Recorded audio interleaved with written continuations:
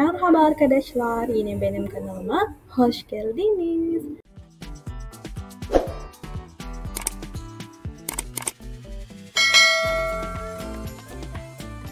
Ya, hari ini kita akan belajar bagaimana sih cara memanggil dalam bahasa Turki. Ini saya lebih spesifik ke orang yang bukan saudara ya. Oke, contohnya adalah kayak kalau di bahasa Indonesia kan kita biasa manggil orang dengan bang, kakak, mbak, tante, bu, pak, dan lain-lain. Nah, kalau dalam bahasa Turki itu gimana ya?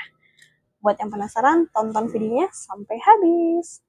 Her zamanki gibi başlamadan önce dua okuyalım. İyi çalışmalar. Abla. Abla ini kalau artinya adalah kakak perempuan. Tapi untuk kita panggil orang asing pun itu kita bisa sebut dengan abla.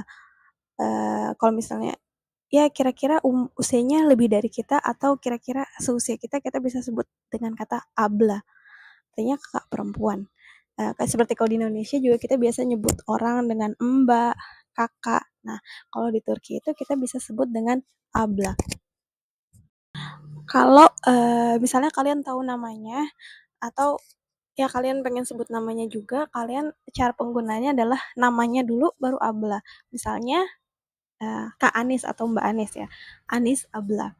Atau siapa misalnya Kak Vika, misalnya Vika Abla, kayak gitu. Jadi bukan Abla Vika, tapi Vika Abla. Namanya dulu yang disebut, baru Ablanya. Selanjutnya yaitu Teyze.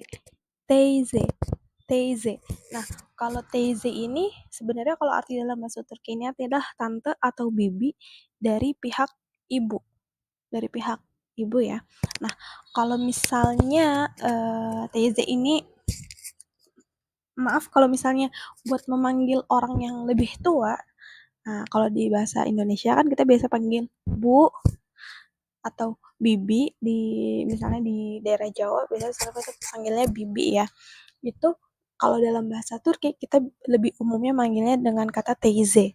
Nah, teyze ya, bukan ibu yang artinya yang aneh dalam bahasa Turkinya aneh itu kan ibu, kalau ibu kan bahasa Turkinya aneh.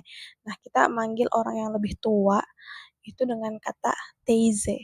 Yang kira-kira seumur ibu-ibu lah, kayak gitu kita panggilnya teyze.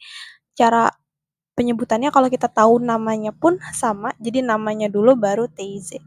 Misalnya Aisyah teyze, berarti artinya tante Aisyah, kayak gitu.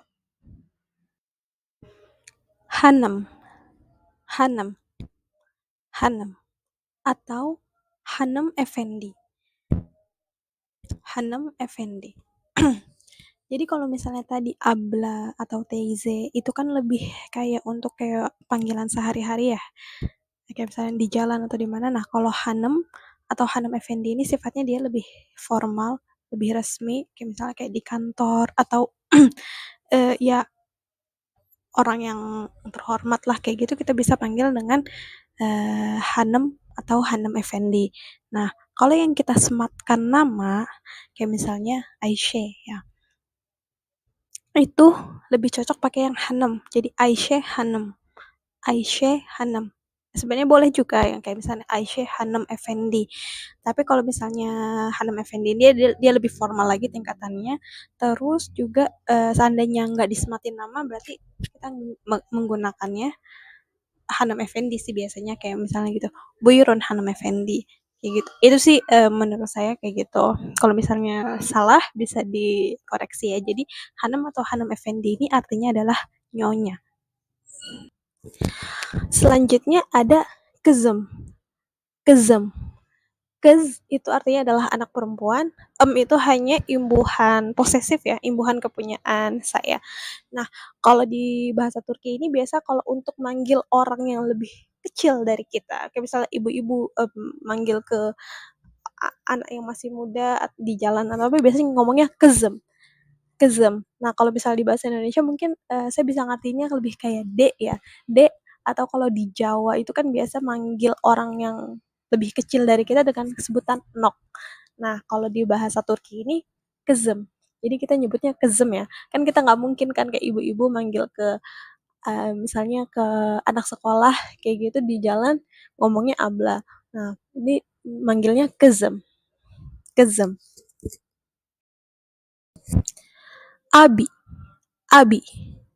Abi. Kalau dalam bahasa Turki, abi ini artinya adalah kakak laki-laki. Kakak kandung pun kita bisa sebut dengan kata abi ya. Nah,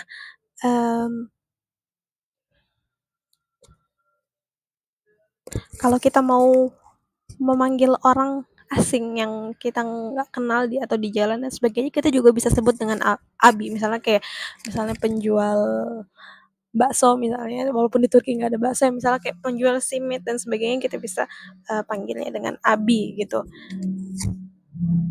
Penggunaannya sama, jadi nama dulu baru abi. Misalnya Ali Abi. Nah, berarti Bang Ali gitu artinya. Selanjutnya ada AB. AB. AB. Kalau ini sebenarnya artinya sama aja kayak abi, cuman dia itu kayak lebih formal aja. Jadi penyebutannya lebih formal, lebih sopan. Kita nyebutnya AB.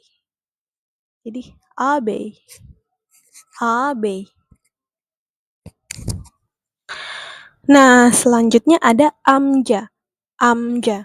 Amca ini artinya kalau dalam bahasa Turki itu paman atau paman dari pihak ibu.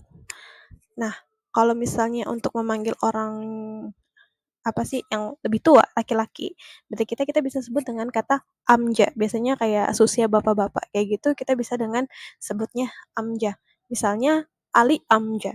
Jadi kayak om atau paman ya dalam bahasa Turki, atau pak, itu kita bisa sebut dengan kata amca. Jadi Ali amca, kita kayak Pak Ali atau Mang Paman Ali seperti itu dan sebagainya. Nah, itu kita bisa sebut dengan kata amca. Bey, Bey, Bey, atau Beyefendi. Nah, sama seperti yang tadi Hanım atau Hanım Efendi, Bey atau Beyefendi ini juga dia lebih formal dibandingkan Abi atau AB. Jadi dia sifatnya lebih resmi. Kalau misalnya yang disematkan nama biasanya kita gunainnya kayak Ali Bey, Tuan Ali. Tapi kalau ya Bey Effendi juga bisa sebenarnya Ali Bey Effendi. Dia lebih formal aja tingkatannya daripada Bey. Nah, biasanya kalau sama aja kalau misalnya kita juga nyebutnya tanpa nama, itu kita bisa sebut dengan kayak Bey Effendi. Buyurun Bey Effendi. Selanjutnya yaitu Oğlum. Oğlum. Oğlum. Oğlum ini adalah gabungan dari oğul yang artinya adalah anak laki-laki dan imbuhan kepunyaan saya.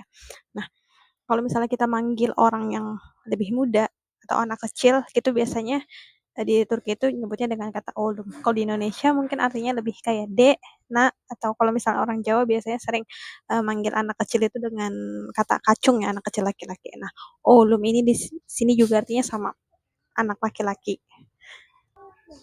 Nah, itu dia untuk video kita hari ini. Semoga bermanfaat.